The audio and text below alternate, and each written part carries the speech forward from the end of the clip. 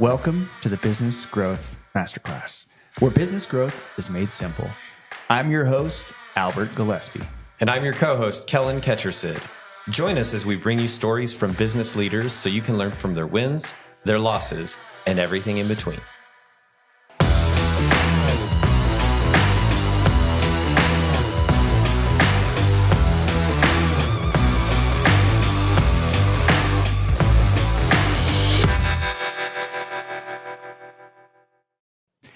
Today's guest is a multi-generational cotton farmer, a millennial from West Texas. I'm excited to have him. Welcome to the podcast, Mr. Stetson Hogue. Happy to be here. I'm excited. I don't think I've told the audience yet, so I'll set the table a little bit. We just talked about this. We're doing a series about the economy in West Texas and talking about a lot of primary industries, primary jobs, which are jobs that bring money from outside of our economy into our economy. And so in West Texas, I think cotton, think cattle, think oil and gas. Those are the main primary industries in our region, and really want to go unpack those a little bit and hear from seasoned farmers, guys that have been there for decades and decades, and the younger guys, what does that look like today and what does the future look like? And so you're our first guest in this series, and I'm excited to have you as a cotton farmer. And so let's kind of set the table with that. How did you multi-generational, how many generations are we talking? So I would be fourth generation. So my dad's grandfather was the first generation that stopped in Brownfield and decided to make a living farming. I think his dad actually lived in East Texas, and he started buying land out here because he was hearing about opportunity, and he sent his sons out here to homestead. So they came out, settled in Brownfield, started farming there, and so a couple of generations later, we're out there still. What year was that? What year did they? It was early 1900s, because I know we just passed over the 100-year mark of owning some of that land. So there's like a plaque that you can apply for where state of Texas will give you like a 100-year century mark on land ownership. It's kind of a neat deal. So it's been over 100 years now in our family. 4 generations. Y'all have a statue in Brownfield yet? No, far from it. They, I think they want us gone at this point. They haven't been able to run us off yet, though. Okay, so as a kid, did you grow up on a tractor? Like, what did that look like as a kid? I did. I mean, yes. This is a safe space. You're older than 18. Child labor laws no longer apply. Well, yeah. I still plan on getting my kids out there, so we won't go into that yet. But man, I spent all my summers, I guess, probably starting when I was about 8, going out and working. I didn't ever really enjoy it for the most part. I wanted to be at the swimming pool with my friends, or watching TV, whatever. But my dad would drag me out there pretty much every day in the summertime. So I spent, really and truly every summer from the time I was probably 8 or 9 out there on the farm. So, and I have a lot of good memories. I mean, some of my buddies used to go out there with me. I had a friend that was a neighbor. We worked out there for 3 or 4 summers in a row.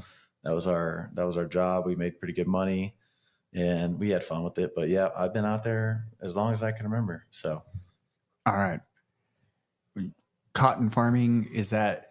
I jumped out with that. Is that the main crop? Is that the only crop? That's the main crop. Yeah, not the only crop, but really out here in West Texas, it's the primary driver. We grow other crops, here and there when we can or have to, but cotton is definitely the main source for all of us. It's really because we with our climate out here and our weather, it's really one of the only crops that we can grow consistently. We don't have a whole lot of water. Cotton's a very drought tolerant crop, so we obviously get plenty of heat in the summertime. So it's one of the few crops that we can make work out here. I'm ashamed as self-identified country boy. I'm ashamed. I know very little about cotton farming, and now living in Lubbock almost 20 years at this point. Can you give me kind of an overview of a full year and what's going on in the various seasons of the year around cotton farming? So I guess Yeah. start from the beginning. Yeah, start from the beginning We'll start of in the January. season. Yeah, okay. So don't be ashamed. Most people that grow up here, they don't know anything more than you do. I have friends that don't know what time of the year we're in or what we're doing. So it's fine. No big deal. So starting in January, we're pretty slow. January, February, March, really.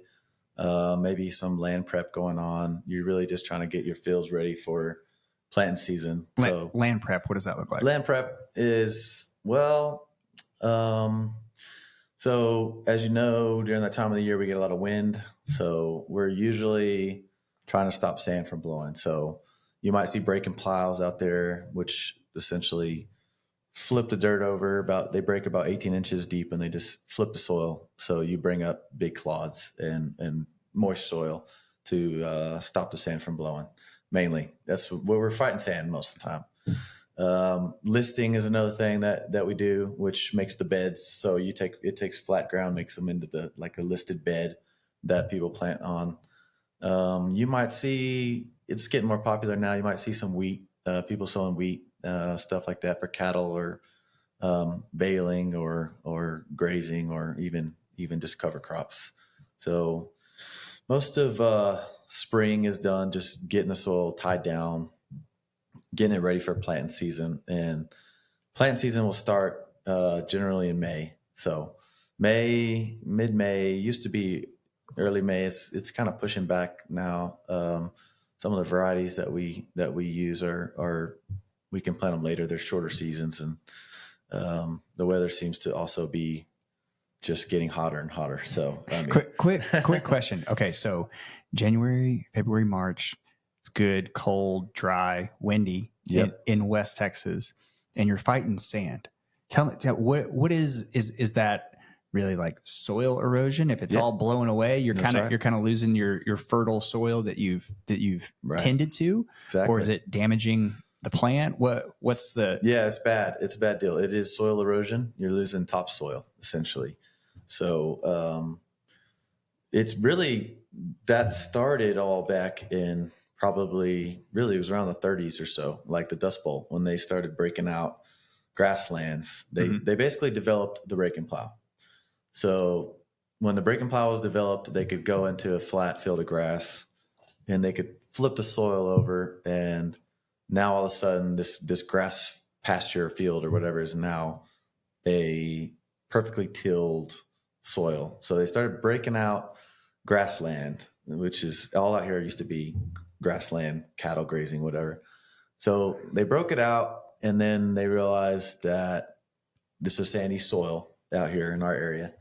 And the wind blows a lot. So the wind, March, April, really February through April, it gets to blowing, and the further north you go, you have a lot more clay soils. They don't, even around Lubbock, it's not as bad as somewhere like Brownfield, Seminole. So when the wind blows, if you don't have a lot of moisture, so that's a second issue. Like if it's good and wet, it's pretty easy to stop it from blowing. When it gets dry, is where you really start having some issues. So when the wind gets to blowing, if it's dry, there's really nothing you can do to stop it. But it is, your topsoil is literally blowing away. It's what's happening. Yeah, it's really bad. A lot of what we do now, a lot of what my focus on is trying to find creative ways to keep that from happening.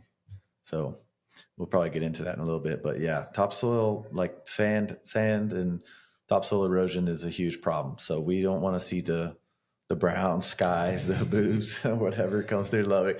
That is bad for farmers. It's not good for people that live in Lubbock. It's worse for farmers. So I will never forget like the first haboob that I saw. Yeah, was like freshman year of college. You know, I moved here from the Metroplex, and everyone was freaking out and like getting inside and like shutting doors. You know, Yeah. I remember I was like at the gym and they're like, you know, they had like double entry doors and they were like locking them. And I was like, why are you locking us inside? And I'm like, I look out and it was straight up like a scene out of The Mummy. That's exactly what I I like was just gonna say. imagine like a face in this dirt cloud, you know. It's very apocalyptic. It's not ideal, but yeah, the Mummy is a good representation. I don't know why they're locking the doors for, but you know, never know. I guess they didn't want us to leave. Yeah. Okay, so we've prepped the soil. What did you call raising the beds? Listing. Yeah, listing. Okay, and now May, you're starting to plant. Yeah, so I should probably preface this by saying I don't do any of these things. This is standard farming practice, which is fine. I have adapted what I do a little bit, but so we get into May, and that's planting season. So you have planting deadlines. So June 5th is the deadline. We got to have everything planted by June 5th. Is that a government deadline? Yeah, it's insurance deadline. Insurance basically says if you want to insure this crop, it's got to be planted by this date. Varies county to county. Terry County's June 5th. I think Lubbock is June 5th, but they're all around the same date. So we gotta have everything in by that date. It's we joke it's the longest day of the year because many times it's hard to get it all done by that day. So you know. But so June 5th, mostly everyone's done planting by then. So the run from May, middle of May to the 1st of June, it's lots of windshield time. We're trying to get the seed in the ground, and really, it's like for making a crop, it's the ideal window to get planted in. You know, there's a reason those deadlines are set where they are. But so mid-May to June, we're planting. Very busy time of the year. My wife knows we don't plan trips. I'm busy at that time of the year. We're not going anywhere. So, and then starting June, really the whole month of June, you have crops coming up. You got weeds coming, and you're possibly replanting. You know, with all these storms we've had lately, we get a lot of hailstorms. We get a lot of wind. So in a lot of times you're in the middle of planting and you have crops coming up, and then you have, when the rain's coming, then you are sand fighting. You're trying to every time the rain comes, you know, the soil gets kind of slicked off, kind of white looking. And you got to go over that with the sand fighter, something to freshen it up, because when that cotton comes up and it's small and the sand gets to blowing on it, it can, I mean, in 30 minutes, it's dead if the sand burns it bad enough. So we're trying to stop sand from blowing. We're trying to get our crops growing. And generally by the middle of June, you have your crop is there and big enough to where you're not having a sand fight anymore. So really, May 15th to June 15th, it's super busy. You'll see tractors running all the time. I mean, Sunday, doesn't matter. You got to get that crop in. You got to get it protected. And then if you can get to the end of June, maybe about the 1st of July, then you usually reach a point where the crop's big enough to kind of take care of itself. It's not vulnerable, not as vulnerable to sand, and the wind usually stops blowing by then. We don't get a whole lot of storms in July, much more common in May, June. So things really start to slow down. By July 4th, you usually are able to kind of take a breath a little bit. So you'll hopefully by then have your crop up and growing. July, depending on the weather, if you're getting rain and it looks like you might have a chance to make a crop, then that's usually when we'll start going and putting out fertilizer and giving it a chance. And after that, end of July, you just kind of sit back and let it grow. I mean, you got to take care of weeds. If it's raining, of course, there's weeds coming, so we're always fighting weeds. But for the most part, the crop is kind of doing its thing. What month do you need like the most rain? I always like when I'm talking to a farmer, he's like, "Oh, it's too dry, too wet. It's always too wet or too dry. We never get in enough rain, and then it'll rain." And he's like, "Oh, no, we needed this back then. I'm like, Yes, okay, exactly. what month? What Farmers month? are never happy. I know.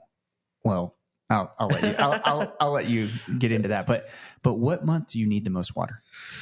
Really and truly, we need a consistent rainfall year round.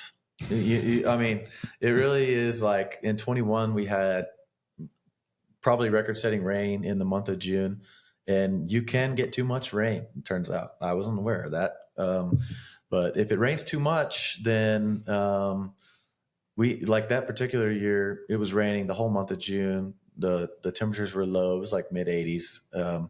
We needed, and it was cloudy. We needed sunshine. We needed heat units. We needed like heat, and we couldn't get it, and it just kept raining. And so it was. I mean, it was good. We needed the rain. We always need the rain. There's just windows of time where a lot of rain can hurt you, but really and truly, for the most part, to answer your question, average rainfall all year is great. That's ideal. I mean, you need winter moisture. You need some rain in the spring. You need it throughout the summer. Probably the most critical time for making a crop is in July. Probably. Okay. You have your crops off and growing. The last 2 years we have had pretty good rain in May and June. We've had our crop. We've gotten off to a good start, and we get into July. It cuts off. The rain stops. It's 100 degrees every day, and you watch a really good crop basically wither away. So if you could just catch one or two good rains in July into August, that's the most critical time for rain. So you don't need a lot. You just need a couple. Last few years, we just could not catch those July rains. So I'd say July, that month, is really the most crucial. Okay. All right. So now we're through it so far. We're through July into August. You're watching the crops grow as you're getting rain. You're tending to any kind of sand. You're tending to the weeds so they're not choking out your crop. Yep. All right. Then now what? So by the time you get August to September, it really is kind of a hurry up and wait. You're at that point, you got a pretty good idea of what kind of crop you're going to have. August, we don't generally get a lot of rain in August. It's usually hot, but if you could ever catch a rain there, it's usually pretty good to fill out the bowls. So July, cotton's blooming. By the time you get into August and late July, you're setting bowls. And so August, Setting bowls. Setting bowls. What does that mean? So on a cotton plant, you have a bloom. Mm-hmm. The bloom falls off and it turns into a cotton boll. And so that is where all your fiber is stored. So the more bowls, the more cotton you got. So that's very critical for yield. When you get to August and July, you obviously want as many bowls as you can get. If you end up with a lot of heat during that period, then your bowls will literally, the plant will shuck them off. It'll just chunk them if it realizes it's not going to be able to fill them. So weather in August is usually pretty critical also. It starts cooling off a little bit in August, and one or two rains there always helps. But we call it bowl fill. So it's kind of the final stage of like good yield. So you're generally nothing, like you can't really get too much rain or not enough. At that point, you're kind of set, but you just want, nothing crazy. Like normal weather's good. September is usually one of our wettest months. And at that point, your crop's made. It doesn't really affect the cotton at all. So we always like it to rain in September. It's fine with that. We that moisture will bank it up, use it for the next year. By the time you get to October, you start cooling off, and the cotton, the bowls start to crack open. You start seeing some white there for the first time. Yeah. Leaves start to fall off, and then usually by the time you get to November, our first freeze comes. So really, cotton will stay alive and green until a freeze comes. So November 15th, I think, is our average first freeze date. So once we get our freeze, that's when you really, you'll see a field that's kind of green, brown looking. Mm-hmm. And then like 2 weeks later, it'll just be white. So once we get a freeze in November, all the leaves will fall off. all the bowls will crack and open up. And so that's where you get the white fields that you see in the fall. I did not know you're waiting on the first freeze. Yeah, it's a big deal. I mean, so Okay. you actually you don't have to wait on the first freeze. A lot of guys will spray. They have what they call defoliants. Mm-hmm. So like on your better irrigated stuff, usually you would need to get it out. You want to get it out as soon as possible. So when you get into late October, early November, there's kind of a rule of thumb, like when 20% of your bowls are starting to crack, if you want to go ahead and spray it, you can defoliate it. It will knock the leaves off. It will open the bowls. It basically simulates a freeze. Okay. That's what defoliant does. Defoliation. Okay. Yep. So some guys will just wait for a freeze, but the trick is there. I mean, sometimes you get a freeze. Our average freeze date's November 15th, I believe. Sometimes you might get one the 1st of November. Last year or the year before, pretty recently, we didn't get a freeze until like middle of December. So if you're waiting on that, some guys that started defoliating early, their crop might be out, and you might not even have a freeze yet. You might just be sitting there waiting on it. So we generally will defoliate some of our irrigated and then wait for a freeze on the dry land. Unless we start running out of time, then we'll just go ahead and do it. But it's an extra cost. So yeah, if you can catch a freeze, that's ideal. You do lose some pounds. So all of our production is all recorded in weight. So after a freeze, cotton bolls have a lot of moisture in them, a lot of water in them. So after a freeze, all that moisture is gone. So you lose some pounds, but quality sometimes will be better after the freeze because you don't have to worry about different issues of defoliation and stuff. So that's what fall looks like. And then after freeze or defoliation, when you get all the leaves off and all the bowls open, then that's when harvest begins.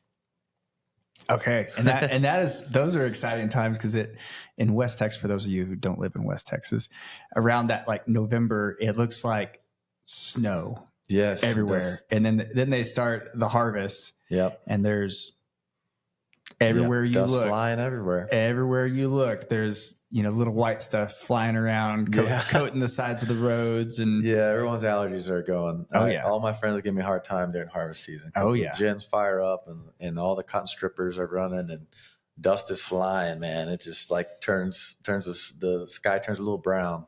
Okay, yeah, okay. Give me 101 here of like I grew up baling hay, and that's pretty simple. You cut it, you rake it, you bale it. Yep. And you got a baler, you got a rake, and you got some kind of cutting apparatus, and that's like super simple. Cotton farming, there's all kinds of different equipment. So harvest season, what's the order of that? So when you get the harvest, out here, there's really one method of harvest. It's stripping cotton. So there is, for those that are unaware, there's a cotton stripper, which is what we use. There's a cotton picker that's used more in like South Texas and the Mid-South. The stripper that we use it basically strips the whole bowl off of the plant. So you have burr is what it's called. So when the bowl opens, it's got this little hard shell around it. Basically, it's called the cotton burr. And the stripper rips the whole bowl off the stalk, and it takes it into the machine, and the machine has what's called a burr extractor. So on the machine, it separates the burr out from the lint and throws the burr out the side, and then you basically we have two different versions. We have a basket stripper, which is what I kind of grew up with. It would put all the cotton in the basket on the machine. You dump it off into a module builder, and they pack it, and they basically make this huge rectangle. Well, it's huge. So it's actually like a big rectangular cube. It's not a cube; it's a rectangle. Yeah. And so that then in 2015, John Deere came out with this thing called a round baler. Okay. So it's just like a hay baler. Now they're stripping that cotton up, and they're rolling it up, and they're wrapping it in a yellow plastic bale. And so it just drops off the back. Everything is contained onto that one machine. So the old way of harvesting was you harvest it with the cotton stripper, you dump it into a bowl buggy. The bull buggy takes it to the end of the field, dumps it into a module builder. Then that guy packs it, and then you have a module. So John Deere developed what they call a round baler. So one machine, it strips it, it rolls it into a bale, and it drops it off the back. And you just come pick up the bale and take it to the gin. It's Yeah. much simpler Yeah. process. All can be done by one operator as opposed to 3 for the old method. So very expensive machine, but it is much more efficient. That's the name of the game in farming, ranching, whatever, is how can you control your input costs, whether that's labor, whether that's fertilizer, water, whatever, and then get the highest yield, keep as much as possible and sell as anyway. Okay. All right. So you've the end of harvest is there in some kind of bale, whether it's a big rectangle or a round bale, and then pick it up and send it where? So after that, it goes to the gin. There's a lot of gins around here. Everyone has their own. Some are co-ops and some are privately owned. It goes to the gin. The gin takes your cotton. It basically separates the lint from the seed. Is pretty much what it does. So they take the seed out and it goes in its own pile. They weigh it. They take the lint out and it is put in what's called a bale. So a cotton bale. So that's how we our unit of measure is bales. Mm-hmm. So bales weigh about 485 pounds roughly, and it's just pure lint. And then the lint, that bale is graded. It gets a quality grade, and then usually it's shipped to storage. So once the cotton's at the gin, what it looks like from my end is they call and say, hey, this field made 100 bales. And this is the grade on it. Based on the grade, your price is dependent on grade. So a few different ways to sell your cotton too. You can sell it on the open market based on your grade. You can contract it early, or you can put it in a pool. And there's some big groups around here. Pool is basically, it's a marketing pool. So they basically take all your cotton in. They sell cotton kind of continuously through the year. They hedge and a lot of things. And so you'll get kind of an average price throughout the year, which is it's definitely the safest way, much less risky that way. Or you can just take it to the open market, whatever the price is at harvest time when they gin your cotton, you're just at the mercy of the market there. Or you can contract some throughout the year if you like the price. So you have a few options, but yeah, it goes to the gin. They market it for you. There's somebody in the gin that calls and says, hey, you got this bid on these amount of bales. Do you want to sell it? And you can just say, hey, try to get me this amount of money. I'll wait. I'll sell it, whatever. So they sell your cotton for you. And after that, then, you go. Gin's very important part of our infrastructure. We would be in trouble without them. We're losing them. We're losing them really quickly the last few years just because our production's been down. They've been struggling. And there's a lot of downstream behind the gin too. You have a compress, an oil mill, lots of other pieces. But the main thing for the farmer is our gin and our infrastructure there. So they're a big piece. So pick up our checks from the gin. They turn our production into insurance, and they give our production to FSA, which is like the government office. So that's really the final stop for your crop at the end of the year is your cotton gin. And who are they selling it to? Yeah, anybody and everyone. They a lot of times merchants. Is that going to it's not Dickies and Wrangler? No, or? It doesn't go. Eventually, it doesn't go normally to end users. It goes to a lot of times merchants buy it. Sometimes the pools buy it. They're just middlemen. They buy it and then they ship it to its destination. Mm-hmm. So not end users. I mean, it would be better if we could, but it's just, there's so many bills. It's just hard to, it would just be too granular, I think, for them. They like to deal in bigger quantities, as instead of farm to farm. They want to buy hundreds of thousands of bales at one time. So there is middlemen there, and normally it is sold. man, I bet 95% or more of our cotton is exported, goes overseas somewhere. Really? China's always been the biggest buyer, but not so much lately. For obvious reasons, which is good. We need new customers, but it goes all over the world. India, Pakistan, China is still a big buyer. Vietnam. It goes over there in bales and it comes back as clothes, pretty much. Wow. We had a lot of production over here in the United States. You know, we used to have a lot of mills where they took the bales, they made it into yarn and finished it into clothes. Here, that's all been offshored, really. I mean, there's a few, maybe 2% of clothes or something is made in the United States at this point. So most of it goes overseas and then it comes back. Okay. That there is so much. I love the overview and let me see if I can paraphrase it shortly. So, you know, January to March, you're prepping the soil. You're fighting sand. You're listing the beds. Really, like May to June 5th, you're planting, and then June you're just you're watching over it, making sure, taking care of sand. We have most of our storms, the plant is established. July, August, you're watching it. It's getting established. You're hoping for rain to keep it going. September, it's growing, starting to green up. And then around, middle of November, you get that first freeze. If not, you're using the defoliant to bring out the, break open that shell or the bowl and expose the lint. And then you're harvesting. Right. You're going out and all, it depends on the equipment you have. You're basically harvesting that into bales that you take to the gin, and then the gin separates the seed, puts it in a different kind of bale, and sells it down the line. That's it. You got it. Dang. Okay. It's that simple, man.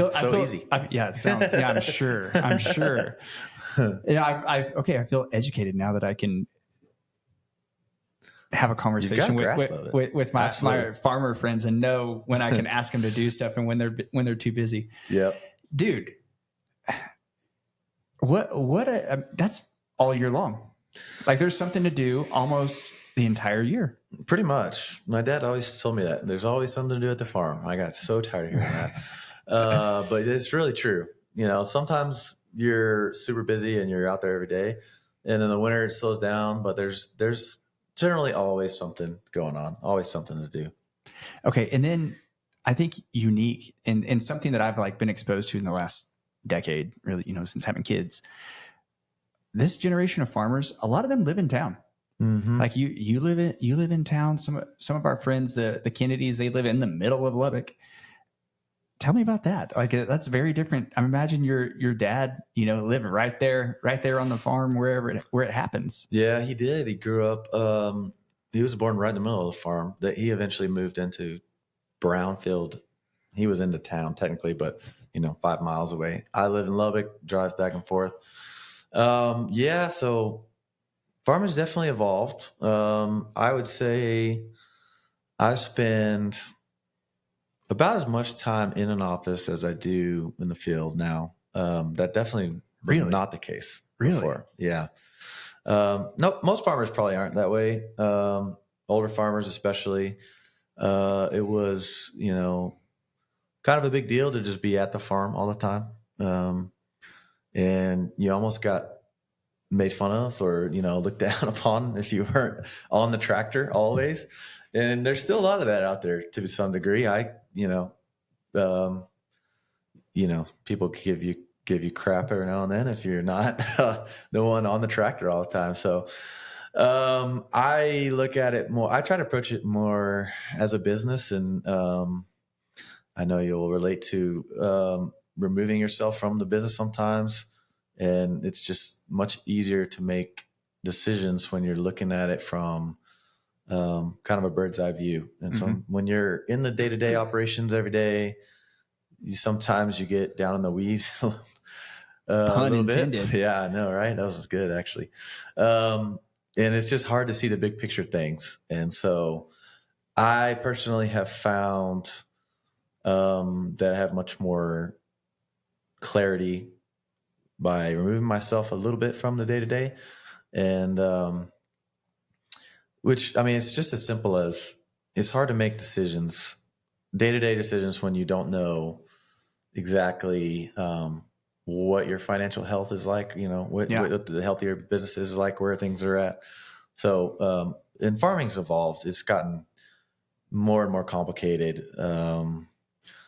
We have more insurance programs and options, and just it's changing all the time. So you really do a disservice if you're not spending a lot of time looking at programs and thinking about these things, and even lots of conversations with your lender, and so it's just for me. I've had a lot more success, I think, making decisions on my farm from just by removing myself a little bit from a day to day. But so it's changed a little bit. I don't know that everybody takes that approach, but a lot of the younger generation has. You kind of don't have a choice. Our operations are getting large. Not a lot of young people are coming back to the farm, so I mean, you have maybe 10% of the workforce of the farmers that are going to take care of young farmers that are going to end up taking care of all the same amount of acres. It's not a lot of young guys. So the operations are getting bigger, Yeah. a little more complex, and margins seem to be getting thinner. And so, it just takes a lot more time in the office trying to make sound decisions. It's just maybe it's a good thing. I don't know. I kind of enjoy both sides. I enjoy being able to go get on a tractor. I do a lot of spraying. I do a lot of field work still, but also the time in the office is just as important, if not more important, these days. Yeah. So in the office, you are looking at your financials. So like, all right, what are we spending this month? Exactly. How is there a group we could go buy this chemical from, or this or that at scale and save money? Right. It's investigating different programs, whether it's a grant, whether it's an insurance program, whatever. You're constantly like, okay, how can we? How can we pretty work much work on those margins? Lots of spreadsheets. Again, my man. I know, right? It's so boring. I know. Like, I don't know that I don't know if other farmers do this. I spend a lot of time on spreadsheets. I wanted to know exactly what I'm spending per acre everywhere. It takes a lot of time to input all these costs, but I didn't feel like I could make decisions if I didn't know. I might have a farm here, farm A, that is unprofitable, and farm B is profitable. And if I don't know what I'm spending on each one, I might be, all my profit from farm B might be going to offset the losses from farm A. Yeah. So I can identify, all right, I got this. And sometimes it's as simple as unproductive ground, like the soil is not great. But without all that information, you can't make those decisions if you don't have it. So it's a lot of inputting data into spreadsheets. Like you said, is talking to multiple retailers, getting different price quotes, figuring out if you can buy in bulk to save some money that way. Going through expenses, figuring out, your bills are rolling in. You're trying to figure out. I can't tell you how many times I looked at my bills and I'm like, I did not buy this. I don't know what this is. There's like 4 Hogues in Brownfield, and they're like, oh yeah, I guess that was so and so. Your cousin. I'm like, what the heck? Like, if I would have just wrote this check, I would have paid a bill for him, and no one would ever even know. And that happens all the time. So going through line by line, sometimes very painstaking, but going through every bill and every expense, and just trying to figure out, all right, can we improve this? Is there a place I can get this cheaper? Am I getting my bang for my buck on this? Even watching YouTube videos, doing research on, hey, I might want to try this product. I might want to stop using this. It looks like this is I'm going to waste my money with this product. Can I reduce my fertilizer by, different plant populations? I mean, thousands of things. There's lots of research online. Whole lot of university research. So most colleges have some form of like ag research departments. They're just pumping out tons of information, which is sometimes hard to dig through, but lots of good stuff out there if you spend the time. Things you wouldn't be able to get into this amount of information by being on a tractor all the time. Sometimes you have to be in front of a computer, trying to dig through research from University of Nebraska. But that's fascinating. And what a transition from, I can't tell you how many older farmers I've talked to that are like, yeah, well, I hope we make a profit this year. And there's a degree of that still, but it's like, you're treating it like a business.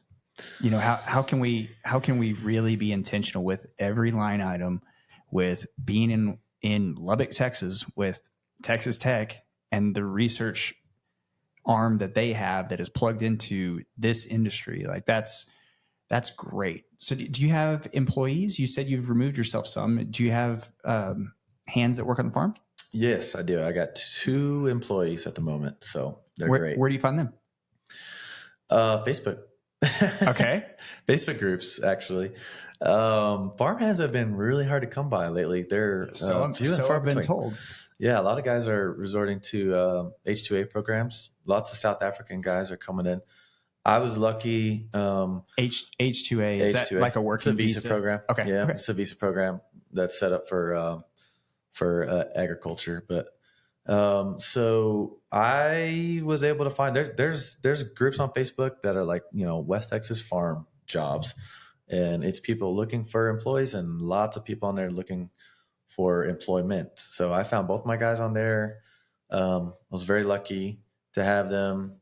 I know a lot of guys that are just like have gone years now without being able to find help. So that's really probably began a lot of the push to the visa program, because we've always had plenty of guys around, but it's just, harder and harder to find labor these days, of course, like it is in every industry. But my guys are great.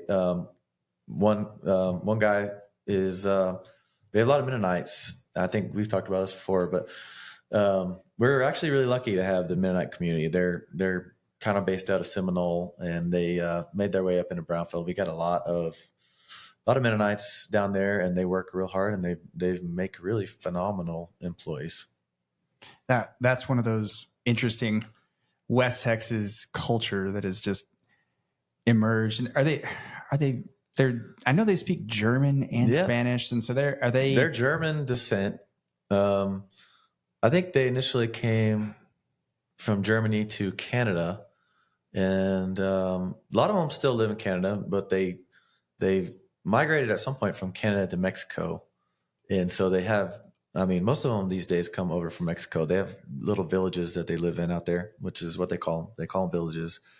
They came over. I don't know why they ended up in Seminole, but they like, as a people, like agriculture is a big part of their culture. Yeah. So they're natural fit, and they're just really good. They're really good at they're great farmers, and they work really hard. They're great. And yes, like I said, most of them speak 3 languages. They speak German, they speak Spanish, and they speak English.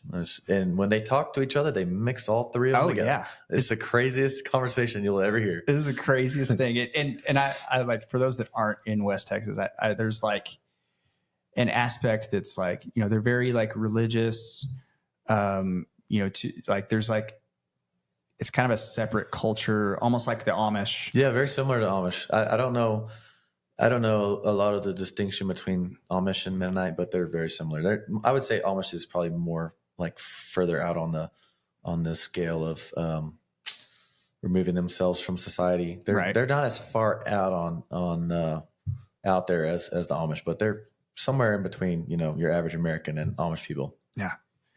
Okay, so we kind of touched on what your day to day looks like, which is a little different from the traditional farmer. Treating it like a business, spending some time in the office, kind of understanding your numbers and inputs and what the profit is. What does the future look like? Now you've got these 2 employees. You've kind of built your operation around your lifestyle, where you can live in town, have time with your family, and still have a profitable business, what does the future look like? Well, good question. We're still working through it. I guess I would say, well, like you said, part of the big reason I wanted to build it the way I have it structured is um, love spending time with my kids. I have 3 boys. So I didn't want to be missing baseball games and, practices. I wanted to be there for them. And so that's definitely the most rewarding part of the way I structured it. But for the future, probably, I think it's taken me a while. I've been farming for about 12, 13 years. Took me pretty much that whole time to build the system the way I wanted it. And I guess the way I look at it right now is I'm comfortable with the system that I've built. It's been profitable. And so I'm sitting at a point where I decide whether or not is this something I want to scale up, or am I happy where I'm at? I don't necessarily want to get too big where I'm too busy and not able to spend time at home. But I also kind of like the challenge, of growing it maybe to a level that I'm not quite there. So we'll see. I right now I do all my spraying, so that keeps me really busy. The next step for me would probably be adding an employee to do the spraying for me. If I don't do that, I won't really have a job on the farm. So I kind of like having, a job for now, at least for now.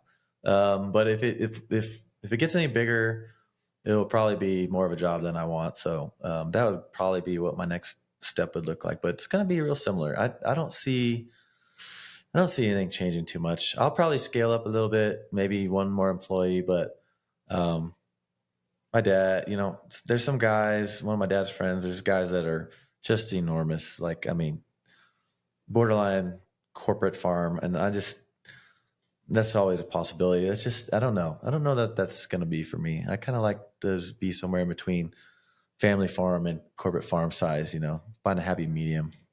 That's great. That's a great answer. And we have a lot of that on this podcast is like, I think of the book Small Giants, where it's, it's the line from Jurassic Park, when you're thinking of growth, like so preoccupied with whether you could, you don't stop to think if you should. Yeah. That's right. And like pausing and thinking like, should I do this? Is this what I want? And I love I love this conversation, getting to hear and see your business mind, like looking at the numbers. And I think that's unique.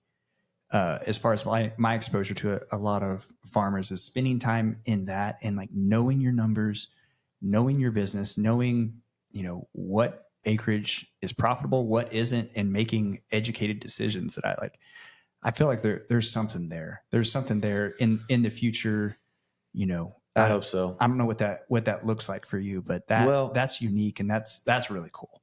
Yeah. I just, I think that farmers sometimes view themselves as just farmers and not businessmen, but really we operate businesses just like anyone else. And it is hard a little bit to make that transition. I mean, you just you can be both, but you do have to understand that you're a business first. Yep. And we do farming because we enjoy it. But if you're not profitable, then you're you're not going to be around very long. And maybe some of this is by necessity. It's definitely. I mean, our commodity prices have been suppressed. It's been tough times in the farm economy. So honestly, I don't know that I would have been able to stick around if I wasn't, I was kind of like, it was just almost a necessity. I knew something had to change or I wasn't going to be able to make this work. And so it kind of forced me into it. But again, I do think that farmers have a hard time removing themselves from businesses for whatever reason. I don't know. It's like farmers have this stigma about themselves that they just have to be working harder than everyone else. Yeah. And I fell into that a little bit. And we all work hard. I mean, don't get me wrong, but sometimes it's about working smarter, not harder. And I think if we're going to survive, then we're going to have to, as a community, we're going to have to adopt that smarter, not harder, a little bit more. Absolutely. Like there's so many old farmers that have like never taken a handful of days off in their lives, and their kids flee that, Yeah. and they're 70 years old. Their kids want nothing to do with it. Yeah. And, they're a crotchety old man that thinks no one works as hard as them. And, Yeah, and you're like, man, right. Yeah, and for what? Exactly. That's the point. And I think if we can treat, and you're describing the prototypical journey from, being self-employed to being a business owner, being a tradesman to being a businessman. Right. And I think if we can help the next generation navigate that and treat this like a business where, you have teams doing specific things and you have margin for family, and it's still just as profitable, if not more, then you're going to have people that want to. Yeah. That you're going to have farmers that want to do that. Yeah, you would hope. I mean, for my kids, that was a big reason for me as well. When I grew up farming, I really did not enjoy it. It was like, we're just going to work as much and as hard as we can. And we got to stay, we got to take care of our crops, obviously. That's first and foremost. But I wanted to get away from the farm so bad. In fact, I went to college. I got a business degree. I wasn't going to come back to the farm. And I decided once I graduated, all right, I need some money. I'll go work for a little while. I realized that I do enjoy it. And so that's very important. But I have a lot of friends that my dad's farmer friends that their kids they ran as fast as they could. And like I said earlier, there's not a lot of youth coming back into agriculture. Very few. I mean, when I go to like a gin meeting, if there's 100 people in there, there's maybe 5 young guys, like below 40. And so that's probably a lot of the reason is it's, when you grow up and it's just, we're going to spend all hour of every day, every weekend, we're working all the time. I don't know that anybody really wants to grow up and do that the rest of their life. Yeah. So for my kids, I want them to see it as a business. Of course, we're going to work hard. They're going to spend plenty of time out there, but I do think that we would do ourselves a large favor by bringing youth back if we can help people to start understanding the view of like, this is a business. Like you don't have to just, work 80 hours a week to make this work. Let's handle this more like a business. It makes our decisions easier. We're going to run it like a business, and it's going to be better for us, for our profit. And I think it would be more appealing for other people, kids that might want to come back and work on the farm one day. I love it. That the business is there to serve your life, not your life to serve the business. And that's exactly right. All right. I think we are ready for a fire round. All right, let's do it. All right. What is your favorite movie? Oh boy, hard to pick one. I love Tombstone. Tombstone is such a good movie. Yeah. I'd have a hard time picking anything other than Tombstone. And over your behind your shoulder right now is Doc Holliday. All right. I mean, I can't tell you how many times I've watched that movie. It's got to be like probably north of 50. It's a lot. It's so good. It's so quotable. It's the best. Anytime like my wife goes out of town with the boys, that's like I'm putting that on. I'm sitting in my chair and like, yes, I love it. It's a classic. My dad loves it too. I probably watched it 30 times before I got out of the house. Okay. Aside from the Bible, what's your favorite book? Oh man, I would say probably How to Win Friends and Influence People. Ooh. Okay. Dale Carnegie. Yeah. You read that? Oh yeah. I figured you That's had. a classic. It's a great book too. Yeah. My dad gave me that book in high school, and it really had quite a profound impact on me. It was a good time to read it as well, but I ended up giving it to all my friends when they graduated college, and we still talk about to this day. That book was very influential. It's a great book. Great book about actual networking, actual building relationship. Yeah, and it's simple stuff too, man. That's how Not business complicated. works. It's not complicated. Okay, you have touched on this entire episode, but what's a common piece of advice in your industry that you don't agree with? It's been like this entire episode. I know, right? I've been wanting to get to this so bad. So to sum it up in one phrase, it's like, this is how we do things because we've always done them this way, basically. Uh-huh. I had a really hard time with that notion. So my farming practice is pretty different than your typical farming practice. I was interested in cover crops, no-till, not disturbing our soil, essentially. With our erosion, most of that stems from breaking the soil out, tilling it. And I had read a lot about guys that were going to this no-till and cover crop deal up in the Midwest and different areas. And so I'm like, man, I gotta see if this is going to work because I think this could solve our erosion issue. And everyone I presented it to said, "Nah, it won't work here."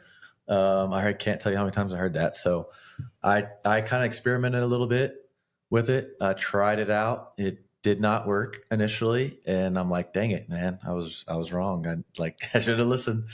But I kind of just kept on experimenting with it, and I did find out, yeah, it doesn't work.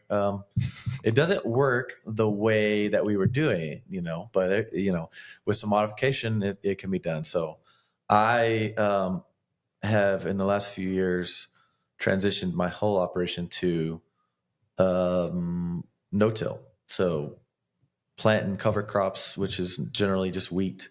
Yeah.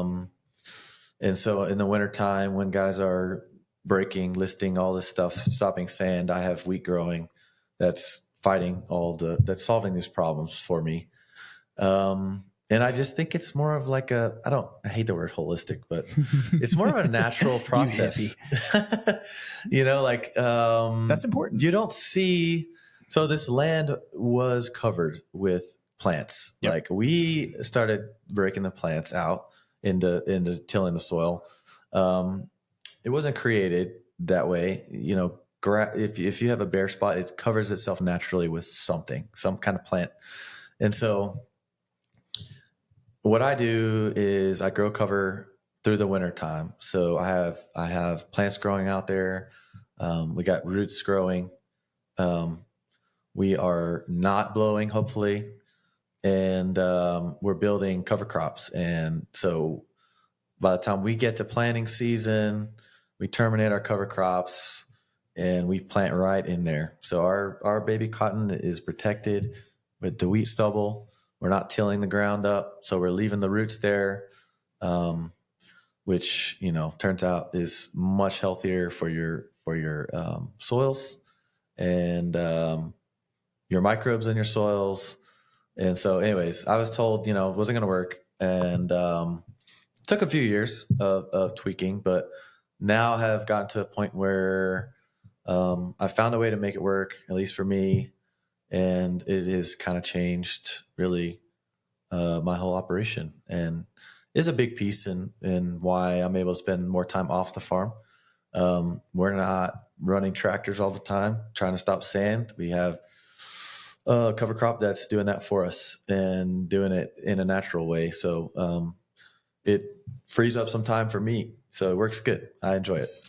Man, okay, that is perfect. That is a perfect ending to this of working smarter, not harder. Yeah. And just your like intentionality of pursuing the next best thing. Like what is better? How can we keep making this better? How can we, I love that. I love how your brain works that way. And we need that. Like our future farmers, if we're going to have a future there, we need guys like you that are reimagining what we're doing and taking the holistic big picture of our soil and our time and our profit. Yeah. And dude, that's amazing. Thank you. Well, I appreciate that. Thank you, man. I'm so glad you came on this. If we want to send people your way, whether it's farmhands or whether it's, guys looking to get in this industry, how can we put people in touch with you? Oh, you can find me on Instagram at Stetson Hogue, Stetson.Hogue, and also on Twitter or X now. I think I'm Stetson Hogue there too. So pretty easy. Game on, man. Well, I appreciate you joining us. And if you enjoyed that episode, go ahead and click subscribe. There's a lot more where that came from. So keep coming back. Stetson, thanks, man. I appreciate it. Thanks for having me.